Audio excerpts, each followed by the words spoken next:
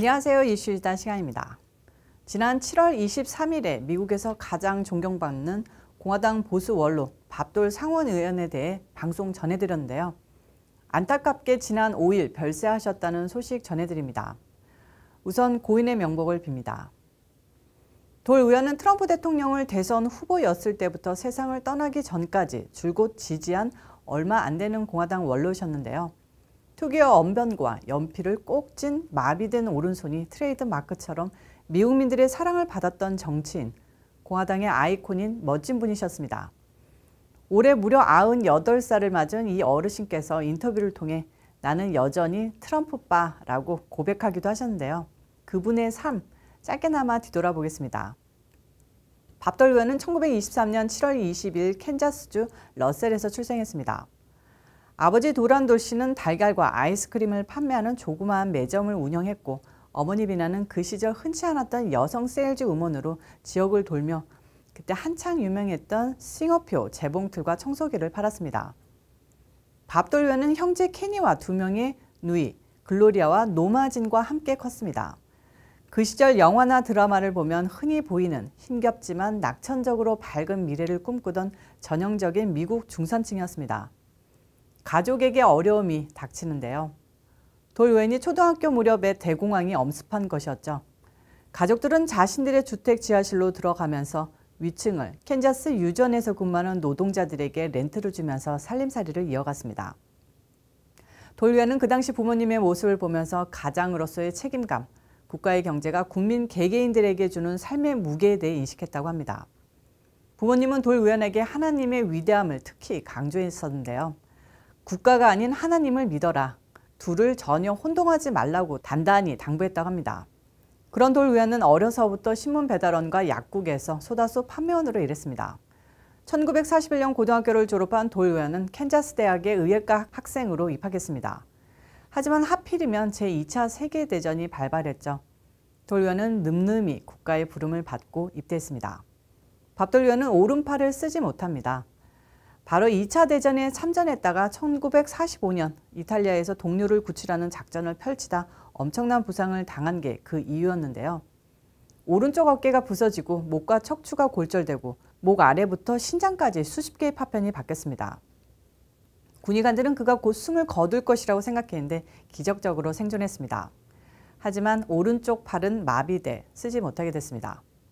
회복에는 3년이란 오랜 기간이 걸렸습니다.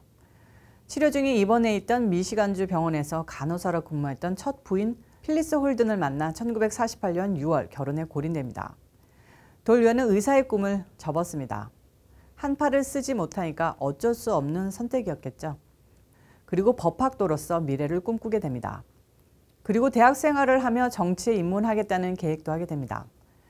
캔자스주에서 검사로 활약하던 돌 의원은 1961년 정치에 입문해 61년부터 69년까지 연방하원의원, 69년부터 96년까지 무려 약 40년 동안 연방의원을 지냈습니다. 두 번째 부인은 엘리자베스 돌 역시 정치인으로 노동부 장관 등을 역임하고 노스캐롤라이나주 연방상원의원으로 활약했습니다. 돌 전 의원은 그런 가운데 2차 세계대전 참전 용사들의 상징적 존재이자 미국 보수주의 정치의 거물로서 성장하게 됩니다. 돌 의원은 1985년부터 1996년까지 공화당 상원 원내대표를 맡아 사회보장개혁, 장애인법 등 굵직한 입법을 추진하며 초당적 협력을 끌어내는 협상력을 인정받았는데요. 삭막한 정치권에서 유머와 위트 넘치는 모습을 보이며 미국민들의 뇌리에 보수 정치인은 바로 저런 것으로 각인됐습니다. 하지만 대통령으로서의 운은 없었는데요. 여러 차례 대선에 도전했지만 모두 실패했습니다. 1980년과 1988년 공화당의 당내 경선 문턱을 넘지 못했고 1996년에는 공화당 대선 후보가 됐지만 재선 도전에 나선 민주당 클린턴 당시 대통령에게 무릎을 꿇었습니다. 그 후에도 공화당 대표 정치인으로 활발한 활동을 이어간 돌 의원은 공화당 원내대표이던 1994년 빌 클린턴 행정부에서 1차 북핵 위기가 터진 이후 클린턴 행정부의 대북 협상 전략을 비판하며 북한의 핵 미보유 확인, 핵 계획 중단 때까지 북한에 경제 지원을 하면 안 된다는 강경론을 펼치기도 했습니다. 만약 밥돌 의원이 미국 대통령이었다면 당시까지 상당히 보수적이었던 한국 정부와 발맞춰서 북한을 강하게 압박했다면 아마 한반도의 역사가 바뀌어지지 않았을까 싶기도 합니다. 정치 일선에서 물러난 뒤에는 참전 용사와 전몰 장병 추모 사업에 큰 관심을 기울였는데요. 1997년 대통령이 수여하는 자유의 메달과 2018년 미국 최고 훈장 중 하나인 의회 명예훈장을 받았습니다.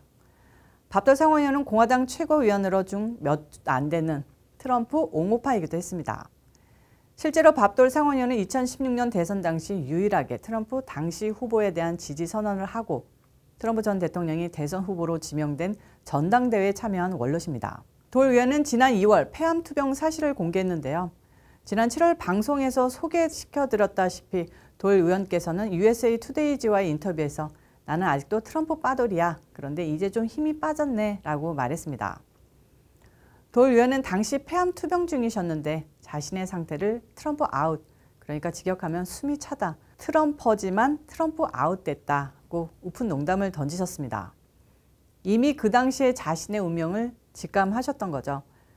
당시 돌 의원은 트럼프는 아직 젊기에 자기는 누려보지 못한 엄청난 인기를 받고 있기에 2024년에 충분히 잘 싸울 수 있다고 밝히셨습니다. 그분의 예언이 실천되길 기도합니다. 당시만 해도 돌 의원은 워싱턴 DC 워터게이트 아파트에 살고 계셨는데요. 죽기 전에 고향인 캔자스를 한 번 더 가보는 것이 소원이라고 말씀했습니다. 그 소원 결국 이루지 못하고 연구차로 고향으로 돌아가시는데 정말 가슴 아픕니다. 돌 의원의 타계 소식에 바이든 대통령은 돌 전 의원은 대공황을 겪고 2차 대전에서 싸운 이들을 칭하는 위대한 세대의 전쟁 영웅이자 가장 위대한 인물 중 한 명이라고 기렸습니다. 조지 W 부시 전 대통령은 미국의 가장 훌륭한 가치를 대표하는 위대한 애국자라고 평가했습니다. 트럼프 대통령도 전쟁 영웅이자 진정한 애국자라고 애도했습니다. 대통령은 밥돌 전 상원의원은 캔자스주의 대표 정치인이자 공화당의 주역으로 명예로운 공적을 쌓았다면서 국민과 함께 그의 죽음을 진심으로 애도하며 유가족들을 위해 기도하겠다고 말했습니다. 자신을 유일하게 따뜻하게 대했던 대통령보다도 거의 20살 위인 아버지이자 삼촌뻘인 원로 정치인의 죽음에 상심이 크게 컸으리라고 생각됩니다. 다시 한번 밥돌 상원의원님의 명복을 빕니다. 분위기 바꿔서 소식 하나 더 전하겠습니다. 바이든 정부가 중국의 인권 탄압을 문제 삼아 베이징 동계올림픽에 대한 외교적 보이콧 방침을 공식화했습니다. 외교적 보이콧은 선수들은 다 참가하지만 외교 사절단은 파견하지 않는 건데요. 완전 불참은 못한 바이든의 사정, 이유는 다 아시겠죠? 아무튼 중국은 엄청나게 반발하고 있습니다. 네가 감히 우리한테 이럴 수 있어? 그러는 건데 웃기는 짬뽕입니다. 소식 자세히 알아보면요.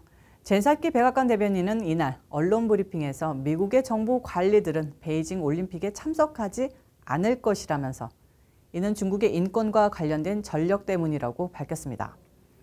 미국 의회에서 중국 신장 지구의 위구르 소수민족 탄압, 홍콩의 인권 탄압 등을 문제 삼아 베이징 올림픽에 선수단 자체도 보내지 않는 전면 보이콧을 해야 한다는 강경한 주장까지 나왔지만 선수 파견조차 하지 않는 것은 과도한 조처라는 반론이 나오면서 정부 사절단을 불참토록 하는 외교적 보이콧이 거론되었습니다. 바이든도 지난달 18일 외교적 보이콧과 관련한 언론 질문에서 우리가 검토하고 있는 것이라고 답한 바 있습니다. 사키 대변인은 이날 사절단을 보내지 않는 것은 미국이 평상시와 다를 바 없이 행동할 수 없다는 메시지를 중국에 보내는 것이라고 말했습니다. 또 중국의 국제사회의 요구에 부응하기 위해 관련 문제들에 대해 조처해야 한다고 강조했습니다. 미국이 외교적 보이콧을 공식화함에 따라 유럽을 중심으로 한 서방 진영의 연쇄 동참이 이뤄질 가능성도 있는데요. 현재 영국, 캐나다, 호주가 외교적 보이콧을 검토 중이라는 얘기가 돌고 있습니다. 이런 가운데 자오리젠 중국 외교부 대변인은 정례 브리핑에서 미국의 올림픽 외교적 보이콧 움직임에 대해 스포츠 정찰을 그만두고 이른바 외교적 보이콧을 중지함으로써 중미 관계 중요 영역에서의 대화와 협력에 영향을 주지 않도록 해야 한다고 말했습니다. 다시 한번 웃기는 짜장입니다. 이슈 수다는 여기까지입니다. 시청해주셔서 감사합니다. 오늘도 변함없이 좋아요, 구독 꾹꾹 눌러주시고요. 저는 또 다음 영상에서 찾아오도록 하겠습니다. 빠이.